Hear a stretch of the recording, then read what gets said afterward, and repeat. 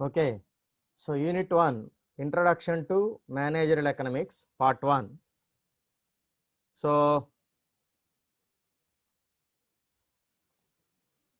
Introduction to Managerial Economics. Okay, so imagine for a while that you have finished your studies and have joined as an engineer in a manufacturing organization. Suppose you are joining after completing your BTech, then you are joining into any organization, any manufacturing organization or something like that. Then you must know what are the things you have to be done in that organization as a manufacturing engineer or production engineer. Okay, so what do you there? Then you plan to produce maximum quantity of goods of a given quality at a reasonable cost. Okay, so the task is, first thing, you plan to produce maximum quantity of goods of a given quality at a reasonable cost. So what you plan?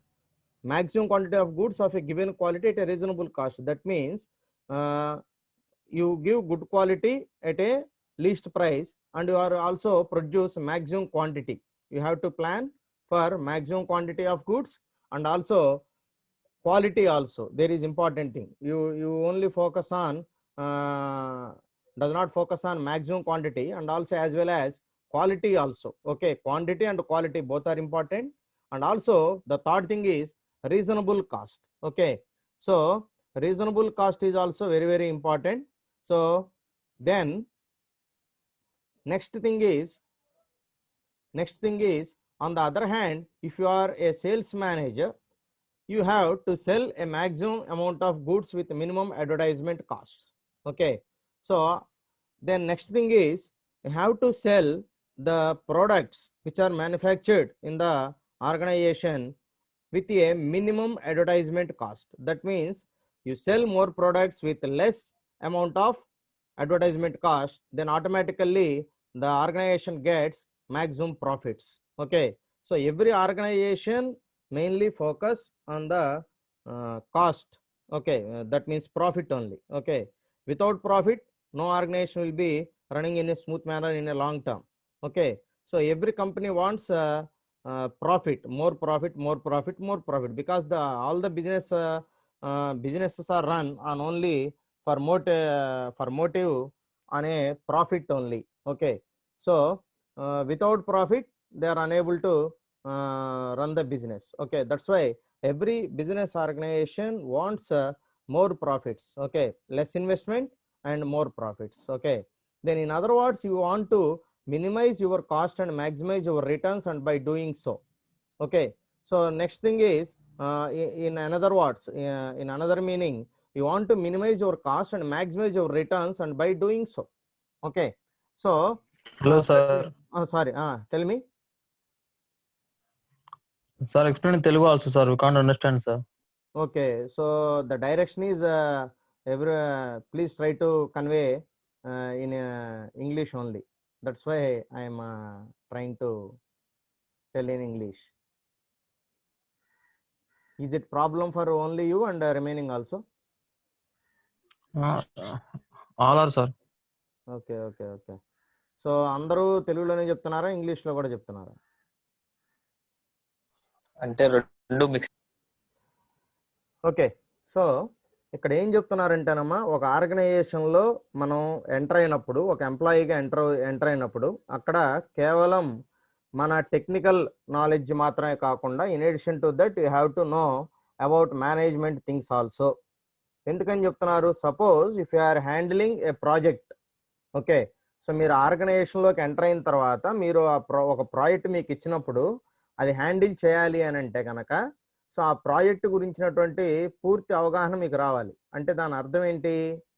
ఇక్కడ బేసిక్గా problems ఏంటంటే, నువ్వు కొత్తగా project మేనేజర్గా appoint అయ్యావు. So suppose నువ్వు వెళ్ళావు, ఒక 2-3 ఇయర్స్కి నీకు ప్రాజెక్ట్ మేనేజర్గా ప్రమోషన్ వచ్చింది.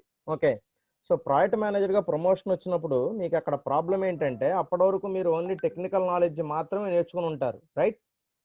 ఓకే, సో అంటే మీకు ఇంజనీరింగ్కి సంబంధించినటువంటి టెక్నికల్ నాలెడ్జ్ మీద మాత్రమే అవగాహన ఉంటుంది, కానీ రిమైనింగ్ థింగ్స్ మీద అవగాహన ఉండదు. సో ఒక ప్రాజెక్ట్ మనం హ్యాండిల్ చేయాల్సి వచ్చినప్పుడు దాంట్లో ప్రాఫిట్ ఎంత, లాస్ ఎంత అనేది మనం ఆలోచించుకోవాలి. ఓకేనా? సో ప్రాఫిట్ అనేది ఎలా మనం తెలుసుకుంటాం అంటే మనం ఒక ప్రాజెక్ట్ మీద మనం ఇంత ఇన్వెస్ట్మెంట్ పెడుతున్నప్పుడు మిమ్మల్ని అడిగేది ఏంటంటే ఆర్గనైజేషన్ ఏమో అడుగుతుందంటే కంపెనీ, సో ఈ ప్రాజెక్ట్ మనం తీసుకోవటం వల్ల మనకి ఎంత ప్రాఫిట్ వస్తుంది, ఎంత లాస్ వస్తుంది అనేది అడుగుతుంది మిమ్మల్ని. ఓకేనా? సో అలా అడిగినప్పుడు ఏంటంటే మీరు చెప్పగలగాలి. మీకు ఈ నాలెడ్జ్ అనేది లేదనుకోండి మీరు చెప్పలేరు కదా. కాబట్టి ఈ ఆర్గనైజేషన్లోకి మనం ఎంటర్ అయినప్పుడు you have to no all these things. ఓకేనా? సో కాబట్టి మనకి టెక్నికల్ నాలెడ్జ్తో పాటుగా ఈ ప్రాజెక్ట్ సంబంధించినటువంటి టెక్నికల్ మేనేజ్మెంట్ స్కిల్స్ కూడా మనకు ఉంటే మీరు ఇవన్నీ కూడా హ్యాండిల్ చేయగలుగుతారు. అక్కడికి వెళ్ళాక నేర్చుకోవడం అంటే కష్టం. కాబట్టి ముందే నేర్చుకుని ఉంటే మనకి ప్రాబ్లం ఉండదు. కాబట్టి ఈ managerial economics and financial accounting అనే సబ్జెక్ట్ని మీకు ఇంజనీరింగ్లో పెట్టడం జరిగింది. ఎందుకంటే రేపు మీరు బీటెక్ అయిపోయి వెళ్ళిపోయిన తర్వాత మీరు సపోజ్ ఒక కంపెనీలో జాయిన్ అయిపోతే ఇక మీరు చేయడానికి ఏం ఉండదు కదా. సో కాబట్టి అప్పుడు మీరు ఇవన్నీ నేర్చుకోవాలంటే కష్టం అవుతుంది. కాబట్టి the subject is including in your curriculum. Okay, by JNTU Kakinada, right. So ఇక్కడ మీకు వచ్చేటికి ప్రాబ్లం ఏంటంటే వాట్ డూ యూ దేర్ అంటే మ్యానుఫ్యాక్చరింగ్ ఆర్గనైజేషన్లో మీరు కొత్తగా ఎంటర్ అయినప్పుడు you plan to produce maximum quantity of goods of a given quality at a reasonable cost. ఏమని అడుగుతాడు? మీరు తక్కువ కాస్ట్లో మంచి క్వాలిటీ ఇస్తూ ఎక్కువ క్వాంటిటీని ప్రొడక్షన్ చేయాలి, ఎక్కువ క్వాంటిటీని మీరు ఇవ్వాలి అని చెప్పి ప్లాన్ చేయండి అని చెప్పి అని అడుగుతారు మిమ్మల్ని.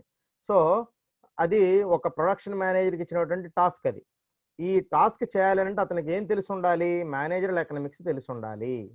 ఓకే, తర్వాత రెండవది, on the other hand if you are a sales manager, రెండో వైపు చూస్తే ఇంకొక ఎగ్జాంపుల్ చూస్తే ఒక సేల్స్ మేనేజర్ కనుక మనం తీసుకుంటే ఆ సేల్స్ మేనేజర్కి ఇచ్చేటటువంటి టాస్క్ ఎలా ఉంటుంది? మీరు ఎక్కువ అమ్మండి, అడ్వర్టైజ్మెంట్ని తక్కువ ఇవ్వండి, అంటే అడ్వర్టైజ్మెంట్ కాస్ట్ తగ్గించండి, బట్ కానీ సేల్స్ మాత్రం ఎక్కువే జరగాలి అంటాడు. అంటే ఎక్కువ క్వాంటిటీలో జరగాలి అని అంటాడు. అంటే రెండు సాధ్యమా అంటే సాధ్యపడేలాగా మనం చేయాలి. అదే మనం ముందున్నటువంటి టాస్క్ అనమాట. ఓకేనా? So in other words you want to minimise your cost and maximise your returns. అదే చెప్తున్నాడు. అంటే ఏంటి? కాస్ట్ ఎప్పుడైతే తగ్గించుకుంటావో నీకు వచ్చేటటువంటి రిటర్న్ అంటే ఏంటి? ప్రాఫిట్. ఇక్కడ రిటర్న్ అంటే ఏంటి? మనం ఇన్వెస్ట్మెంట్ పెట్టాం, ఆ ఇన్వెస్ట్మెంట్ పెట్టిన దాని మీద మనకు వచ్చేటటువంటి రిటర్న్ ఏంటి? మనకి in the form of profit. Okay, and by doing so you are practising the principles of managerial economics. So ఇవన్నీ మనం నేర్చుకోవాలి అని అంటే మనకి ఏం కావాలి? మేనేజరల్ ఎకనామిక్స్ గురించినటువంటి ప్రిన్సిపల్స్ని తెలుసుకోవాలి. ఓకే, అది మనకి ఇక్కడ చెప్తుంది. ఓకే అమ్మా? Then next, managers in their day-to-day activities are always confronted with several issues such as how much quantity is to be supplied at what price. Okay, so next manager సంబంధించి ఇంకొక important thing ఏంటంటే in their day-to-day activities are always confronted with several issues. Then how much quantity is to be supplied and what price. అంటే మనకి ఏ కాస్ట్కి ఎంత quantity of material మనకి supply అవుతుంది అనేది మనం తెలుసుకోవాలి. ఎందుకని? దీంట్లో ఒక ప్రాబ్లం ఉంది. సో ఒక ఆర్గనైజేషన్లో మనం ప్రొడక్షన్ చేస్తున్నప్పుడు, ఒక వస్తువుని తయారు చేస్తున్నప్పుడు, ఒక ప్రొడక్ట్ని తయారు చేస్తున్నప్పుడు మనకి రా మెటీరియల్ అనేది అంతా ఒకే కాస్ట్ కొనవండి, డిఫరెంట్ కాస్ట్ కొంటూ ఉంటాం. సో మనకు ఆన్ అండ్ యావరేజ్ చూసుకుంటున్నప్పుడు ఆ ప్రైస్ ఎలా ఉంది, మనం ఎంత అమ్ముతున్నాం అనేది రెండింటిని మనం చూసుకోవాలి. అంటే మనం ఎంత కాస్ట్ పెట్టి కొంటున్నాము, ఎంత మనం అమ్ముతున్నాము, మనకి ఎంత ప్రాఫిట్ వస్తుంది అనేది మనం ఎప్పటికప్పుడు యావరేజ్ చేసుకుంటూ వెళ్ళాలి. సో అలా యావరేజ్ చేసుకోకుండా మనం ఉన్నాం అనుకోండి, మనకి రా మెటీరియల్ కాస్ట్ బాగా పెరిగిపోయింది కానీ మనం అదే కాస్ట్కి ఇస్తున్నాము, అప్పుడు ఏమైపోతుంది? అదే ప్రైస్కి ఇస్తున్నప్పుడు మనకి లాస్ వచ్చేస్తుంది. కాబట్టి మనం దీని మీద ఎప్పుడు కూడా మానిటరింగ్ ఉంచాలి. అంటే మనకి కాస్ట్ ఆఫ్ ప్రొడక్షన్ ఎంత అవుతుంది, మనకి ఎంత ప్రాఫిట్ వస్తుంది, ప్రైస్ ఎంత వస్తుంది, ఎంత మనం అమ్ముతున్నాం అనేది మొత్తం ఈ మూడు కూడా మనకి ఎప్పటికప్పుడు మనం ఎస్టిమేషన్ వేసుకుంటూ ఉండాలి. ఒకవేళ మనం ఎస్టిమేషన్ వేసుకోలేదనుకోండి మనం లాస్లోకి వెళ్ళిపోతాం. కాబట్టి అది మనకు పెద్ద ప్రాబ్లం అయిపోతుంది తర్వాత.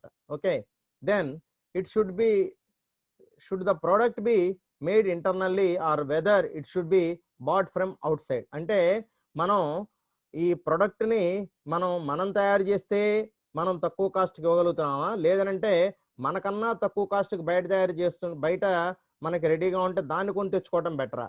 ఇక్కడ చూడండి జాగ్రత్తగా. అంటే ఇప్పుడు సపోజ్ మనం ఒక కారు ఎగ్జాంపుల్ తీసుకోండి, ఒక కార్ని తయారు చేయటంలో. సో కార్ తయారు చేసినప్పుడు కార్కి ఎన్నెన్ని పార్ట్స్ కావాలండి? చాలా పార్ట్స్ కావాలి. స్టీరింగ్ కావాలి, తర్వాత మెయిన్గా ఇంజిన్ ఉండాలి, తర్వాత టైర్లు ఉండాలి. సో ఇలాంటివి పార్ట్స్ అన్నీ ఉంటాయి. లైట్స్, తర్వాత ఎయిర్ కండిషనర్, తర్వాత అలాగే music system. Okay, so different different types of parts, mirrors, glasses అన్నీ కావాలి కదండి. సో ఇవన్నీ కూడా ఏంటి, అన్నీ ఒక కంపెనీనే తయారు చేయదండి. ఓకేనా. సో కొన్ని పార్ట్స్ని బయట వాళ్ళ నుంచి కూడా కొంటూ ఉంటారు, కొన్ని పార్ట్స్ని వాళ్ళే తయారు చేసుకుంటూ ఉంటారు. ఇలా మనం బయట నుంచి కొనే వాటిని, మనం తయారు చేసుకునే వాటిని మనం చూస్తే కనుక, మనం తయారు చేస్తుంటే సపోజ్ ఒక టైర్లు మనమే తయారు చేయాలనుకున్నాం, కానీ మనం తయారు చేస్తుంటే బయట కన్నా ఎక్కువ ఖర్చు అయిపోతుంది. అప్పుడు ఏం చేయాలి? మనం దగ్గర తయారు చేసే వాటిని కాకుండా మనం ఆపేసి బయట నుంచి కొని తెచ్చుకోవడం బెటర్ కదా. అంతే కదండి. ఇప్పుడు సపోజ్ ఎగ్జాంపుల్ చూడండి, మారుతి కార్ వాళ్ళు ఉన్నారు. సో మారుతి కార్ వాళ్ళు సపోజ్ వాళ్ళే టైర్లు తయారు చేసుకోవాలనుకుంటున్నారు అనుకోండి. శాంపిల్ టెస్ట్ చేశారు. సో టెస్ట్ చేసి ఎంత అవుతుందో వాళ్ళకి టైర్లు తయారు చేస్తే సపోజ్ వాళ్ళకి 2000 రూపాయలు పడుతుంది అనుకుందాం కాస్ట్. సో వాళ్ళు తయారు చేస్తే అదే బయట అదే టైర్లు మనకి బయట 1500కే దొరుకుతున్నాయి అనుకోండి, 1500కే దొరుకుతున్నాయి అనుకోండి. సో అప్పుడు ఏమవుతుంది? మనం బయట నుంచి కొనుక్కోవడం బెటర్ కదా మన దగ్గర తయారు చేసుకోవడం కన్నా. కానీ కాబట్టి అప్పుడు ఏం చేస్తారు వాళ్ళు, బయట కొనడం అనేది బెటర్ కాబట్టి, అంటే మేక్ ఆర్ బై డెసిషన్ అంటారు దీన్ని. ఓకేనా. అంటే మనం తయారు చేస్తే మనకి ప్రాఫిట్ వస్తుందా, బయట నుంచి కొంటే మనకి ఎక్కువ ప్రాఫిట్ వస్తుందా, ప్రాఫిటబుల్ అనేది ఆలోచిస్తారు. దాన్ని మనం ఏమంటాం? మేక్ ఆర్ బై డెసిషన్ అంటాం. That is very very important. ఓకేనా. సో ఆ మేక్ ఆర్ బై డెసిషన్ తీసుకోవడానికి మనకి మేనేజరల్ ఎకనామిక్స్ అనేది ఉపయోగపడుతుంది. ఇందాకేం చెప్పాం, ఒక ప్రాజెక్ట్ మనం తీసుకుంటే మనకు అది ప్రాఫిటబుల్లా కాదా అనేది ఒకటి చూసుకున్నాం. రెండవది తక్కువ కాస్ట్లో మనం తక్కువ అడ్వర్టైజ్మెంట్ కాస్ట్లో ఎక్కువ ప్రొడక్ట్స్ని ఎలా అమ్మాలి అనేది మనం ఒకటి క్రైటీరియాగా తీసుకున్నాం. ఇంకోటి రీజనబుల్ కాస్ట్లో బెటర్ క్వాలిటీ ఇస్తూ బెటర్ క్వాంటిటీని ఎలా తయారు చేయాలనేది థర్డ్ టాస్క్గా తీసుకున్నాం. ఓకేనా. సో ఇవన్నీ కూడా ప్రతి ఆర్గనైజేషన్లో అవసరమైనవే. All these things are very very important in every type of business. Okay, very very important. Okay, then next, managerial economics provides as a basic insight into seeking solutions for managerial problems. So managerial economics provides basic insight into seeking solutions for managerial problems. So managerial economics అనే subject ఎందుకు మనకి introduce చేశారంటే, బయట మనకి ఆర్గనైజేషన్లో ఎదురయ్యేటటువంటి different managerial ప్రాబ్లమ్స్ని మనం ఏ విధంగా సాల్వ్ చేయొచ్చు అనే దానికోసం ఈ మేనేజరల్ ఎకనామిక్స్ అనేది మనకు ఉపయోగపడుతుంది. దానికి కావాల్సినటువంటి ఫుల్ సపోర్ట్ మనకి మేనేజరల్ ఎకనామిక్స్ ప్రొవైడ్ చేస్తుంది అంటున్నాడు. Then next, economics as the name itself implies is an offshoot of 2 distinct disciplines. Okay, so economics అనే దాన్ని మనం కనుక చూసుకుంటే itself implies is an offshoot of 2 distinct disciplines. There are 2 distinct disciplines, that means 2 different categories. One is economics and one is management. Okay, so economics is different and management is different. We are integrating these two things in a single concept that is called as managerial economics. Okay, that is called as managerial economics. అర్థమైందమ్మా? So management వేరు, economics వేరు. మనం ఏం చేస్తున్నాం, ఈ రెండింటిని combine చేస్తున్నాం. అంటే we are using economics concepts in the management subject or management practice. Okay, so how we are using that concept in the management, that is nothing but managerial economics. Okay, then inka manam vere ardhamlo cheppukovalante ganaka, in other words, it is necessary to understand what these disciplines are, at least in brief, to understand the nature and scope of managerial economics. Okay, so మనం దీని గురించి తెలుసుకోవాలి అంటే కనుక, ఎలా relate అవుతుంది ఏంటి అనేది మనం తెలుసుకోవాలి అంటే కనుక, మనం nature and scope of managerial economics గురించి తెలుసుకుంటే ఆటోమేటిక్గా మనకి ఇది ఎక్కడెక్కడ ఏ విధంగా ఉపయోగపడుతుంది అనేది మనం తెలుసుకోవచ్చు అని చెప్పి చెప్తూ ఉన్నారు. Okay,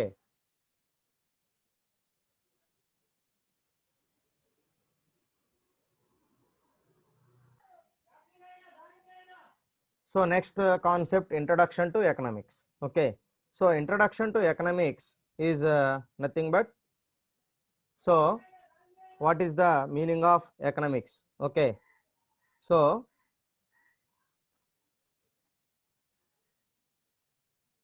economics is a study of human activity both at individual and national level. So economics is nothing but A study of both human and individuals and national level also. So economics అనేది మనకి రెండు రకాలుగా మనం ఇక్కడ చూడొచ్చు different పర్స్పెక్టివ్స్లో. ఒకటి individual గాను, రెండోది నేషనల్ లెవెల్లోను. అంటే ఇండివిజువల్ ఇన్కమ్ అనేది ఇక్కడ మనం తెలుసుకుంటాం. ఇండివిజువల్ సంబంధించినటువంటి అతని ఫైనాన్షియల్ పొజిషన్ ఏంటి, తర్వాత అతను ఏ విధంగా అతనికి ఎంత ఇన్కమ్ జనరేట్ చేస్తున్నాడు, తర్వాత అతనికి ఏ విధంగా దాన్ని ఖర్చు పెట్టుకుంటున్నాడు. సో ఇవన్నీ కూడా ఒక సైకిల్ అనమాట. ఓకేనా. So human activity both it individual and national level. అంటే ఇండివిజువల్ యాక్టివిటీస్ అదేవిధంగా నేషనల్ లెవెల్లో జరిగేటటువంటి ఫైనాన్షియల్ యాక్టివిటీస్ అన్నిటి గురించి కూడా, రెండింటి గురించి కూడా ఎకనామిక్స్ అనేది మనకి నేర్పిస్తుంది అంటున్నాడు. The economics of early age treated economics merely as the science of wealth. So in past economics will be treated as is nothing but science of wealth. అంటే సంపద గురించి తెలిపే శాస్త్రమే ఎకనామిక్స్ అని చెప్పి చెప్పడం జరిగింది ఎక్కువ మంది ఎకనామిస్ట్. ఓకేనా. సో అరిస్టాటిల్ కనుక మనం తీసుకుంటే is a Greek philosopher, Athenian philosopher అంటారు. So he said that man is a social animal and economics is nothing but a science of wealth అని చెప్పి చెప్పారు. Okay. So the reason for this is clear. Everyone of us involved in efforts aimed at earning money and spending this money to satisfy our wants such as food, clothing, shelter and others. ఓకేనా. ఇక్కడ మనం గనక చూస్తే ప్రతి ఒక్కరం కూడా మనం డబ్బులు సంపాదించుకుంటున్నాం. దేనికోసం అండి? మన యొక్క అవసరాలని మనం సంతృప్తిపరచుకోవడం కోసం. అంటే ప్రతి ఒక్కళ్ళకు కూడా food, clothing, shelter and others. So ఇవన్నీ కూడా కావాలి.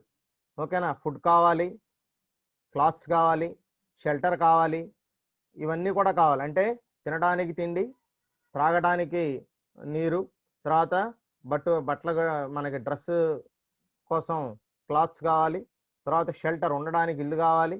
సో అదేవిధంగా ఇంకా రిమైనింగ్ అవన్నీ కూడా ఎక్స్ట్రా అనమాట. అంటే కనీస అవసరాలు ఏంటండి?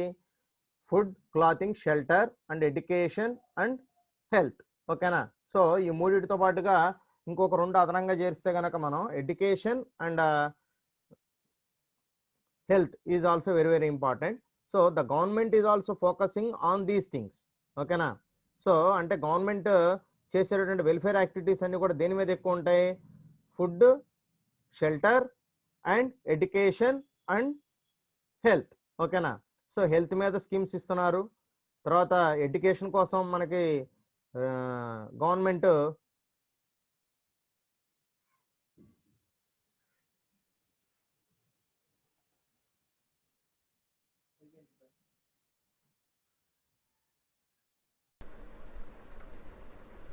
types of economics.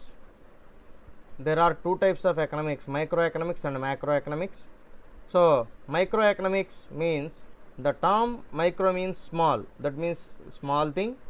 So the study of an individual consumer or a firm is called microeconomics. Suppose if you are discussing about individual economy and firm economy, that is nothing but called as microeconomics. That means individual గా మనం మాట్లాడితే ఒక వ్యక్తి యొక్క ఆర్థిక పరిస్థితి గురించి మనం మాట్లాడితే అది మైక్రో ఎకనామిక్స్ అవుతుంది. అదేవిధంగా ఒక సంస్థ యొక్క ఆర్థిక పరిస్థితి గురించి మనం మాట్లాడితే అది మైక్రో ఎకనామిక్స్ అవుతుందని చెప్పి చెప్తా ఉన్నాడు. Micro means 1 millionth. మైక్రో అంటే అర్థం ఏంటంటే 1 millionth, అంటే మిలియన్లో 1వ వంతుని మనం మైక్రో అని చెప్పి చెబుతున్నాం.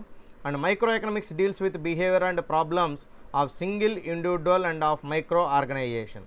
సో ఇక్కడ మైక్రో అంటే అర్థం ఏంటంటే మిలియన్లో 1వ వంతు అని అర్థం.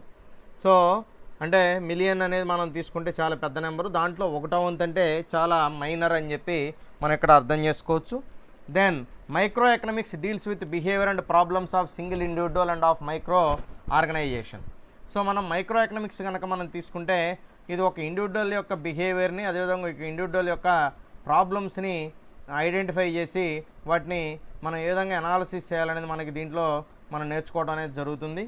Microeconomic theory takes the total quantity of resources as given and seeks to explain how they are assigned to the production of different goods.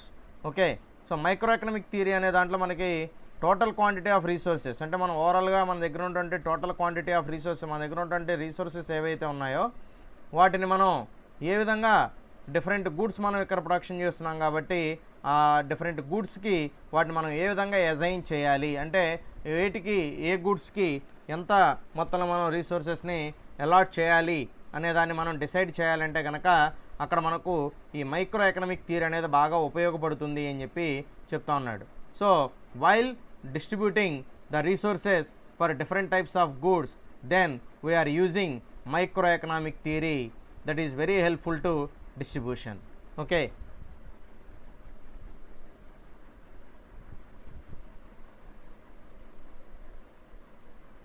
So microeconomics also seeks to explain whether the allocation of resources determined is efficient. So next ఏం చెప్తున్నాడంటే micro economics అనే దాంట్లో మనం చూస్తే explain whether the allocation of resources determined is efficient. So మనం ఏదైతే resources allocate చేసామో ఇంతకుముందు వాటిని మనం ఎఫిషియెంట్గా చేసామా లేదా అనేది మనం తెలుసుకోవడానికి మైక్రో ఎకనామిక్స్ అనేది ఉపయోగపడుతుంది అని చెప్పి చెప్తున్నాడు. తర్వాత the efficiency in allocation of resources is achieved by allocating the resources is such a way that maximises the satisfaction of the people.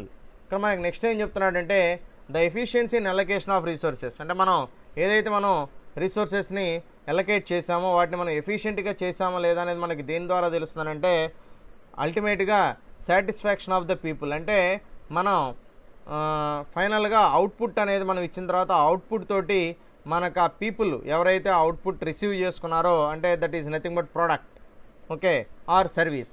So ఒక ప్రోడక్ట్ కానివ్వండి ఒక సర్వీస్ కానివ్వండి ఆ కస్టమర్కి రీచ్ అయిన తర్వాత అతను దానితో పూర్తి స్థాయిలో కనుక సంతృప్తి చెందితే అల్టిమేట్గా అతను సాటిస్ఫాక్షన్ ఉన్నాడు అని అర్థం. అదేవిధంగా ఒక వ్యక్తి సంతృప్తికరంగా పనిచేస్తున్నాడు ఆర్గనైజేషన్లో అంటే ఎక్కడ ఎటువంటి ప్రాబ్లమ్స్ లేవు అని అతను ఫీల్ అవుతున్నాడంటే దాని అర్థం ఏంటంటే అతనికి మనం ఇచ్చినటువంటి సదుపాయాలు సౌకర్యాలు అదేవిధంగా అతనికి మనకి ఇచ్చినటువంటి శాలరీ కానివ్వండి అవన్నీ అతనికి సఫిషియెంట్గా ఉన్నాయి అని అర్థం అనమాట. ఎప్పుడైతే అతను సాటిస్ఫాక్షన్ ఉన్నాడో దాని అర్థం ఏంటంటే అల్టిమేట్గా అతను కావాల్సినవన్నీ కూడా ఫిల్ఫిల్ అయినాయని చెప్పి మనం అర్థం చేసుకోవచ్చు. ఇది తెలుసుకోవడానికి కూడా మనకి మైక్రో ఎకనామిక్స్ కాన్సెప్ట్ అనేది బాగా ఉపయోగపడుతుంది. ఎందుకంటే అల్టిమేట్గా satisfaction of the people is very very important. అంటే దేశం యొక్క ఆర్థిక విధానాల పట్ల అంటే ఒక కంట్రీ యొక్క ఫైనాన్షియల్ పాలసీ పట్ల ప్రజలు సంతృప్తిగా ఉన్నారా లేదా అనేది ఎప్పుడు తెలుస్తుందనంటే వాళ్ళు సౌకర్యవంతంగా జీవించగలిగినప్పుడు సంతృప్తికరంగా వాళ్ళ జీవనాన్ని వాళ్ళు గడపగలిగినప్పుడు మాత్రమే అది మనం రీచ్ అయినట్టుగా భావించాలి కానివ్వండి. ఒకవేళ దానికి రీచ్ అవ్వలేకపోతే కనుక అల్టిమేట్గా అతను డిస్సాటిస్ఫాక్షన్గా ఉన్నట్టే. That leads to in the election results. Okay, అల్టిమేట్గా అది ఎక్కడ రిఫ్లెక్ట్ అవుతుందనంటే ఎలక్షన్ అప్పుడు దాని యొక్క ప్రభావం అనేది ప్రభుత్వం మీద పడుతుంది. మన అందరికీ తెలిసిన విషయమే. అంటే ఒక ప్రభుత్వం పరిపాలన బాగా చేస్తుంది, దేశంలో అన్నీ బాగున్నాయి, సుభిక్షంగా ఉంది, అదేవిధంగా ప్రతి ఒక్కళ్ళు ఆనందంగా ఉన్నారు అంటే అల్టిమేట్గా దెన్ వాళ్ళు మళ్ళీ తిరిగి ఎలక్ట్ అవుతారు. ఒకవేళ అది రీచ్ అవ్వలేకపోతే తిరిగి వాళ్ళు ఎలక్ట్ అవ్వడానికి ఛాన్సెస్ తక్కువగా ఉంటాయి. ఓకేనా? కాబట్టి ఒక దేశం యొక్క ఆర్థిక పరిస్థితులు ఆర్థిక స్థితిగతులు అనేది అల్టిమేట్గా ఒక ప్రభుత్వం యొక్క ఆ తర్వాత భవిష్యత్తుని నిర్ణయించే స్థాయిలో ఇవాళ ఉంది. ఇవాళనే కాదు, ఎప్పుడూ ఉంది. సో కాబట్టి ఎప్పుడైతే ప్రజలు సంతృప్తికరంగా ఉన్నారో అల్టిమేట్గా అంటే వాళ్ళకి ఇవ్వాల్సినవన్నీ రీసోర్సెస్ అంటే కామన్ నీడ్స్ ఏంటి? సో కామన్ నీడ్స్ జనరల్గా మనం ఇంతకుముందు కూడా చెప్పుకున్నాం. సో కామన్ నీడ్స్ ఒక వ్యక్తికి ఏంటండి? Food, shelter, then clothes and education and health. So ఈ 5 ఇష్యూస్లో ఎక్కడ కూడా కాంప్లికేషన్స్ లేకుండా పూర్తిగా సంతృప్తికరంగా కనుక మనం జీవించగలిగితే అదే సాటిస్ఫాక్షన్ అని చెప్పి చెబుతున్నాం ఇక్కడ. అంటే మిగతావన్నీ అడిషనల్ థింగ్స్, మిగతావి ఇవి కాకుండా మనం మిగతా వీటి గురించి ఆలోచించినా కూడా దట్ ఈజ్ లగ్జరీ. సో మనం ఎంతవరకు మాట్లాడుకోవాలనంటే కామన్ థింగ్స్ ఏవైతే ఉన్నాయో వాటి గురించి మాత్రం మనం ఆలోచించాలి. ఇక్కడ కామన్ థింగ్స్ ఏంటంటే ఆ 5 థింగ్స్ మనం చెప్పుకోవచ్చు. సో అవి సంతృప్తికరంగా అందరికీ మనం అందించగలిగితే అది అల్టిమేట్గా సాటిస్ఫాక్షన్ అని చెప్పి చెప్పుకోవచ్చు. తర్వాత there are three types of efficiencies. There are three types of efficiencies. What are they? Economic efficiency, efficiency in production, efficiency in distribution of goods. Okay, so economic efficiency అంటున్నాడు అంటే ఏంటి? పొదుపుగా మనం చేయటం, ఏ పని చేసినా కూడా అంటే అనవసరమైనటువంటి ఖర్చులు చేయకుండా మనకు అవసరమైన వాటి మీద మనం ఖర్చు పెట్టాలి. అదే మనం ఎకనామిక్ ఎఫిషియన్సీగా చెప్పుకోవచ్చు. ఎందుకంటే మనకు వచ్చినట్టుగా మనం పూర్తిగా ఖర్చు పెట్టేస్తే రేపటి రోజు అనేది మనకి ఏమి ఉండదండి. ఎందుకంటే రేపు ఏదైనా సడన్గా అనుకోని సంఘటనలు మనకి ఏదైనా ఎదురయ్యి సడన్గా ప్రాబ్లమ్స్, ఇప్పుడు కోవిడ్ సిచ్యువేషనే ఉంది. ఈ కోవిడ్ సిచ్యువేషన్ రావడం వల్ల ఏమైంది? సడన్గా అన్ని సెక్టార్స్ కూడా దెబ్బతిన్నాయి. సో ముందు చూపుతో వ్యవహరించకుండా వచ్చినట్టుగా ఖర్చు పెట్టేసినా, లేకపోతే గవర్నమెంట్ ఈ ప్రభుత్వ సంస్థ ఈ కార్పొరేట్స్ కానివ్వండి, తర్వాత ప్రైవేట్ ఇన్స్టిట్యూషన్స్ కానివ్వండి, ఇవన్నీ కూడా వచ్చినట్టుగా ఖర్చు పెట్టేసుకుంటే ఇవాళ సర్వైవ్ అవడం కష్టం. ఎందుకంటే ఇప్పుడు బిజినెస్లన్నీ కూడా డౌన్ఫాల్లో ఉన్నాయి. సో ఇవి మళ్ళీ ఎప్పటికీ రికవర్ అవుతాయనేది చెప్పలేము. ఎందుకంటే లాక్డౌన్స్ వల్ల వీటి వల్ల ఏమవుతుందంటే టోటల్గా కొన్ని సెక్టార్స్ అన్నీ కూడా ఇవాళ టోటల్గా కొన్ని క్లోజ్ చేసుకునే పరిస్థితికి వచ్చినాయి, కొన్ని ఏమో అలాగే ఇంతకుముందు గెయిన్ చేసినటువంటి ప్రాఫిట్స్ తోటి ఆ విధంగా ముందుకెళ్తున్నాయి. కాబట్టి ఓవరాల్గా ఎకనామిక్ ఎఫిషియన్సీ అనేది ఉండాలి. అదే ఇండివిజువల్ కానివ్వండి, ఒక ఫామ్ తీసుకొనివ్వండి. అంటే ఇండివిజువల్గా మనకి మన ఖర్చుల మీద మనకు కంట్రోల్ ఉండాలి. అదేవిధంగా మనం యాజ్ వెల్ యాజ్ ఒక ఫామ్ గురించి మనం తెలుసుకుంటే కనుక, మాట్లాడుకుంటే కనుక ఫామ్లో కూడా ఎకనామిక్ ఎఫిషియన్సీ అనేది ఉండాలి. అంటే పొదుపు అనేదాన్ని వాళ్ళు కూడా అలవాటు చేసుకోవాలి. ఎందుకనంటే రేపు అనుకోని సంఘటనలు మనకు ఏదైనా ఎదురైనప్పుడు, అనుకోని పరిస్థితుల్లో మనం ఏదైతే మనం సర్ప్లస్ మనం మిగిలి ఉన్నదో అది మనకు అప్పుడు ఆదుకుంటుంది, అది మనకి ఉపయోగపడుతుంది అని చెప్పి చెప్తా ఉన్నాడు. Then efficiency in production. Next one is efficiency in production. So efficiency in production means you have to do the production in a efficient manner. That means you reduce the cost of production and you have to increase the profit. Okay, the main motto is every business is only runs on profit motive. So without getting profit nobody can do the business. ante kadandi. So మనం investment పెట్టాం, investment పెట్టిన తర్వాత దాని మీద మనం expect చేస్తాం return అనేది. So expect చేయని వాళ్ళు ఎవరు ఉండరు. అంటే వాళ్ళు మనం ఒక చోట మనం ఒక 1000 రూపాయలు పెట్టుబడి పెట్టామనంటే దాని మీద ఎంతో కొంత ఎక్స్పెక్ట్ చేస్తాం కదండి. ఇప్పుడు బ్యాంక్లో డిపాజిట్ చేస్తున్నారు, బ్యాంక్లో డిపాజిట్ ఎందుకు చేస్తున్నారు? సో మనం పెట్టిన దానికన్నా ఎక్కువ వస్తుంది కాబట్టి, అంతే కదా, అతను ఇంట్రెస్ట్ ఇస్తాడు కాబట్టి. లేకపోతే మనం బ్యాంక్లోకి వెళ్ళి డిపాజిట్ చేయాల్సిన అవసరం లేదు కదా. సో కాబట్టి బ్యాంక్లో మనం అమౌంట్ పెడుతున్నాం అంటే అర్థం ఏంటి? దేనికోసం ఉంచుతున్నాం? ఎంతో కొంత దాని మీద మనకి రిటర్న్ అనేది వస్తుంది కాబట్టి. ఒకవేళ రిటర్న్ అనేది రాకపోతే మనం అక్కడ తీసుకెళ్ళి పెట్టాల్సిన అవసరం లేదు. ఇంట్లో పెట్టుకున్నా ఒకటే, అక్కడ పెట్టినా ఒకటే. కానీ మనకు ఉన్నటువంటి సర్ప్లస్ని మనం తీసుకెళ్ళి అక్కడ డిపాజిట్ చేయడం వల్ల మనకు ఎంతో కొంత బెనిఫిట్ వస్తుంది. అది ఇంట్లో ఉంటే మనకేం రాదు. కాబట్టి మనం అందరం ఏం చేస్తాం? దాన్ని తీసుకెళ్ళి ఎక్కడో చోట మనం ఇన్వెస్ట్ చేస్తున్నాం. ఆ ఇన్వెస్ట్మెంట్ ఎందుకు చేస్తున్నాం?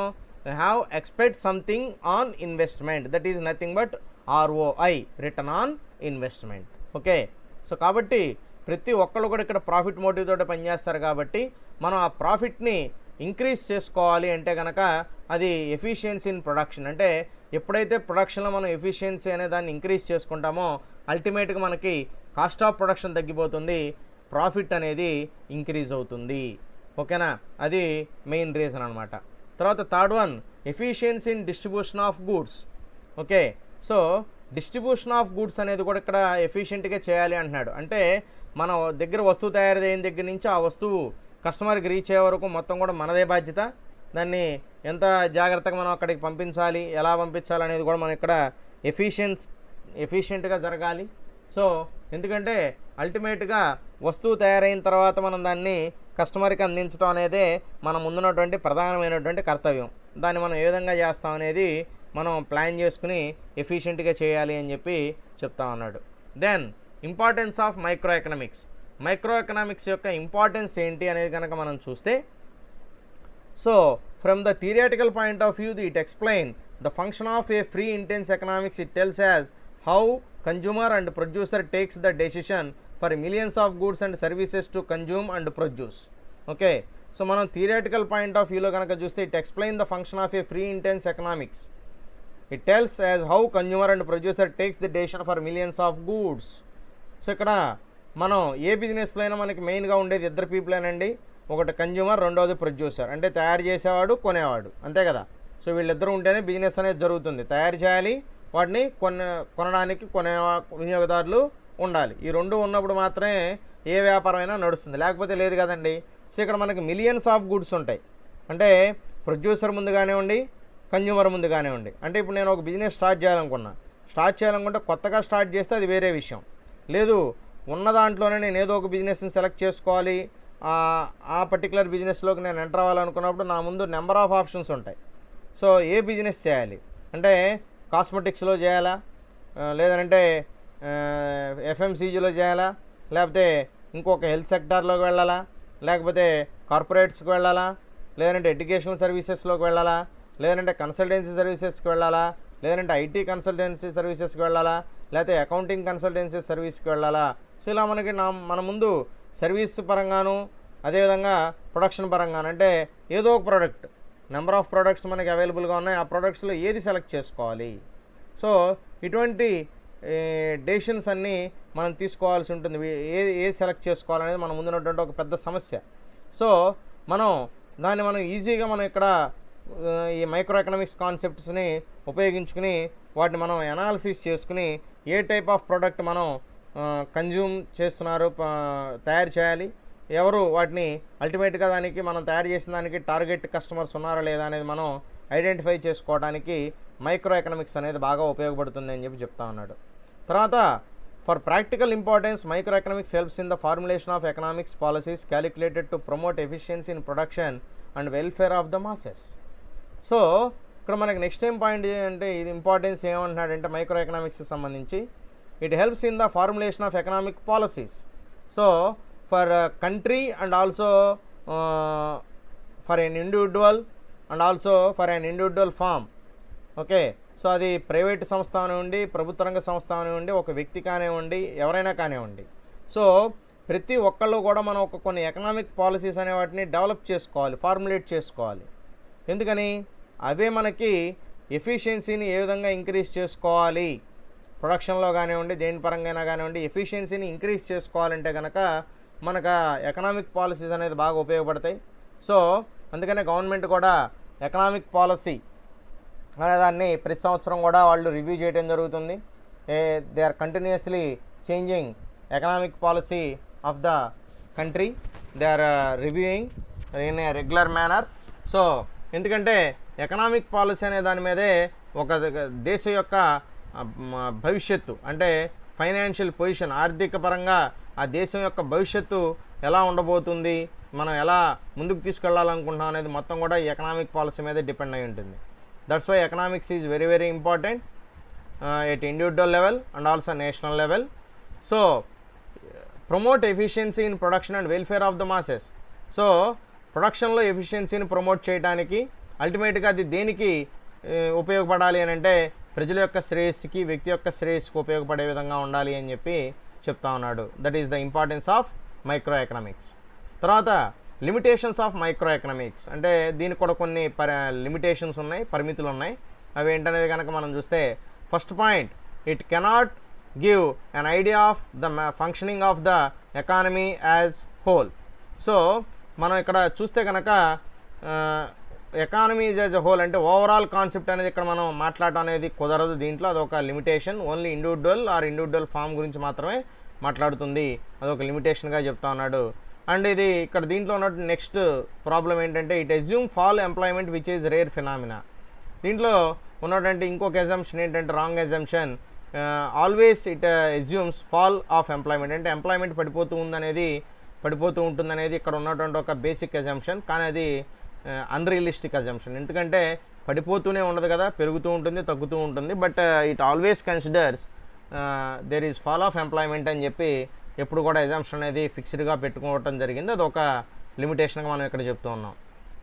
Then macro economics. So macro economics is nothing but overall estimation or overall analysis of the economy of the country or an industry. మనం తీసుకుంటే కనుక దీంట్లో ఓవరాల్గా ఒక కంట్రీ యొక్క ఫైనాన్షియల్ పొజిషన్ గురించి కానివ్వండి, లేదంటే ఒక టోటల్ ఇండస్ట్రీ అంటే number of firms is called as same type of firms similar products, producing similar products that forms all are treated as one industry. Suppose cement industry and telecom industry. So these are all industries. There are individual firms. So you are in macroeconomics we are talking about the total industry and the country level. Okay, so that is nothing but is called as macroeconomics. Okay, so it studies the flow of economics resources or factors of production such as land, labor, capital, organization and technology. So ఇక్కడ మనం మెయిన్గా మనం production చేయాలి అని అంటే కనుక మనకి ఇక్కడ మేజర్గా ఉపయోగపడేవి ఏంటంటే ల్యాండ్ అంటే భూమి, లేబర్, తర్వాత క్యాపిటల్ మూలధనం అంటాం పెట్టుబడి, తర్వాత ఆర్గనైజేషన్ ఒక సంస్థ అండ్ టెక్నాలజీ. ఓకే, సో ఇవన్నీ కూడా మనకు అవసరం అవుతుంటే ఇవన్నీ కూడా ఇన్పుట్స్గా ఇస్తాం. సో ఈ ఇన్పుట్స్ అనేది బిజినెస్ ఓనరు బిజినెస్ ఫామ్కి ఇన్పుట్గా ఇస్తారు. సో ఆ బిజినెస్ ఫామ్ వీటిని ఉపయోగించుకుని ప్రొడక్ట్స్ని ప్రొడ్యూస్ చేయడం జరుగుతుంది. ఫైనల్గా ఆ ప్రొడక్ట్స్ని మనం హౌస్ హోల్డ్స్కి అందించడం జరుగుతుంది. అంటే ఇది ఒక సైకిల్ అనమాట, ఒక ఫ్లో అనమాట. ఓకేనా, ప్రాసెస్ అనేది ఎప్పుడు కంటిన్యూస్గా జరుగుతూ ఉంటుంది. సో రీసోర్సెస్ ఏవైతే ఉన్నాయో మనం ఆ రీసోర్స్ అన్నిటిని ఇన్పుట్గా ఇస్తాడు రీసోర్స్ ఓనరు. ఆ ఇన్పుట్స్ని ఉపయోగించుకుని ఒక బిజినెస్ ఫామ్ ప్రొడక్షన్ చేస్తుంది. ఆ ప్రొడక్షన్ చేయడం వల్ల మనకు ప్రొడక్ట్స్ అనేవి తయారవుతున్నాయి. ఫైనల్గా ప్రొడక్ట్స్ ఎవరికి రీచ్ అవుతాయి? హౌస్ హోల్డ్స్ వినియోగదారులకి రీచ్ అవుతూ ఉంటాయి. సో దీని గురించి మనం మాట్లాడితే ఇది మ్యాక్రో ఎకనామిక్స్ కాన్సెప్ట్ అవుతుంది. తర్వాత it deals with total aggregates. For instance total national income అంటే టోటల్గా అన్నిటి గురించి హోల్ అంటున్నాం కాబట్టి టోటల్ నేషనల్ ఇన్కమ్ అంటే జాతీయ ఆదాయం. జాతీయ ఆదాయం అంటే దేశం డైరెక్ట్గా సంపాదించదు కదండి, దేశం అంటే ఏంటి మనుషులే అన్నారు కదా. సో కాబట్టి ఆ కంట్రీలో ఉన్నటువంటి ఇండివిజువల్ పీపుల్ యొక్క ఇన్కమ్ అంతా కలిపితేనే నేషనల్ ఇన్కమ్ అవుతుంది. అదేవిధంగా ఇండివిజువల్ ఫార్మ్స్ యొక్క ఇన్కమ్ అంతా కలిపితే నేషనల్ ఇన్కమ్ అవుతుంది. అంటే total income of the individuals plus total income of the different types of firms in the country, the total income will be treated as total national income. ఓకేనా, జాతీయ ఆదాయం. తర్వాత total employment అంటే టోటల్గా కంట్రీలో employment అనేది ఏ స్థాయిలో ఉంది. తర్వాత అవుట్పుట్ అండ్ టోటల్ ఇన్వెస్ట్మెంట్ అంటే ఇన్పుట్స్ ఎంత ఇచ్చాం, మనకు అవుట్పుట్ ఎంత వచ్చింది టోటల్గా. తర్వాత టోటల్ ఇన్వెస్ట్మెంట్, టోటల్గా కంట్రీలో ఎంత ఇన్వెస్ట్మెంట్స్ జరుగుతున్నాయి అంటే పెట్టుబడులు ఎన్ని కోట్ల పెట్టుబడులు మన దేశంలో పెట్టుబడులుగా వస్తున్నాయి అంటే within the country or outside of the country. అంటే బయట దేశాల నుంచి వచ్చి పెట్టుబడులు పెట్టేవాళ్ళు ఉంటారు. అదేవిధంగా మన కంట్రీలో వాళ్ళే మన దేశంలో పెట్టుబడులు పెట్టేవాళ్ళు ఉంటారు. ఓకేనా, సో కాబట్టి వీటిని టోటల్గా ఇన్వెస్ట్మెంట్స్ అనేది ఏ స్థాయిలో ఉన్నాయి అంటే ఓవరాల్గా ఇక్కడ హోల్ కాన్సెప్ట్ అంటాం. అందుకే చెబుతున్నా total national income, total employment, total output and total investment వీటన్నిటి గురించి మనం ఇక్కడ మాట్లాడటం అనేది జరుగుతుంది. So it studies the inter relations among various aggregates and examines their nature and behaviour. So ఇక్కడ ఓవరాల్గా డిఫరెంట్ టైప్స్ ఆఫ్ థింగ్స్ ఏవైతే మనకి ఇక్కడ ఉన్నాయో కాన్సెప్ట్స్ వీటన్నిటిని మనం ఇంటర్ రిలేట్ చేసుకుంటూ వాటి యొక్క నేచర్ అండ్ వాటి యొక్క బిహేవియర్ని ఎప్పటికప్పుడు ఎగ్జామైన్ చేయడం అనేది జరుగుతూ ఉంటుంది ఈ మైక్రో ఎకనామిక్స్లో. తర్వాత micro economics discusses aggregate consumption, aggregate investment, price level. ఇందాక చెప్పాం అగ్రిగేట్ అంటే ఓవరాల్ కన్జంప్షన్ అంటే ఓవరాల్గా ఎంత వినియోగం జరుగుతుంది. తర్వాత ఓవరాల్ అగ్రిగేట్ ఇన్వెస్ట్మెంట్స్ ఎంత. తర్వాత price level, that is very very important concept. So మనం ఒక ప్రోడక్ట్ అనేదాన్ని మనం మార్కెట్లో మనం ఇస్తున్నాము అంటే దానికి ప్రైజ్ని డిసైడ్ చేయడం అనేది మేజర్ ఇంపార్టెంట్ థింగ్ అవుతుంది. సో అంటే కాంపిటీటర్ మనకి ఇక్కడ ఏ బిజినెస్లో అయినా కూడా కాంపిటీటర్స్ ఉంటారు కాబట్టి so how much price the competitor will offer their products and we are deciding it is more than the competitors price or less than the competitors price. అంటే కాంపిటీటర్స్ ప్రైస్ కన్నా తక్కువకి ఇవ్వాలా ఎక్కువకి ఇవ్వాలా అనేది మనం ఇక్కడ ఆలోచించుకోవాలి. ఎందుకనంటే మార్కెట్లో మనం కొత్తగా వెళుతున్నాం కాబట్టి చాలా జాగ్రత్తగా మనం ఇక్కడ ప్రైస్ని డిసైడ్ చేసుకోవాల్సి ఉంటుంది. ఎలా పడితే అలా చేసుకుంటే కష్టం అనమాట. అదేవిధంగా పేమెంట్ అనేది ఏ విధంగా చేస్తున్నాం. తర్వాత థియరీస్ ఆఫ్ ఎంప్లాయ్మెంట్కి సంబంధించి మనం ఎటువంటి థియరీస్ని ఫాలో అవుతున్నాం అనేది కూడా ఇక్కడ ఇంపార్టెంట్ టాస్క్గా చెప్తా ఉన్నాడు and so on. Then though macro economics provides the necessary framework in terms of government policies etcetera.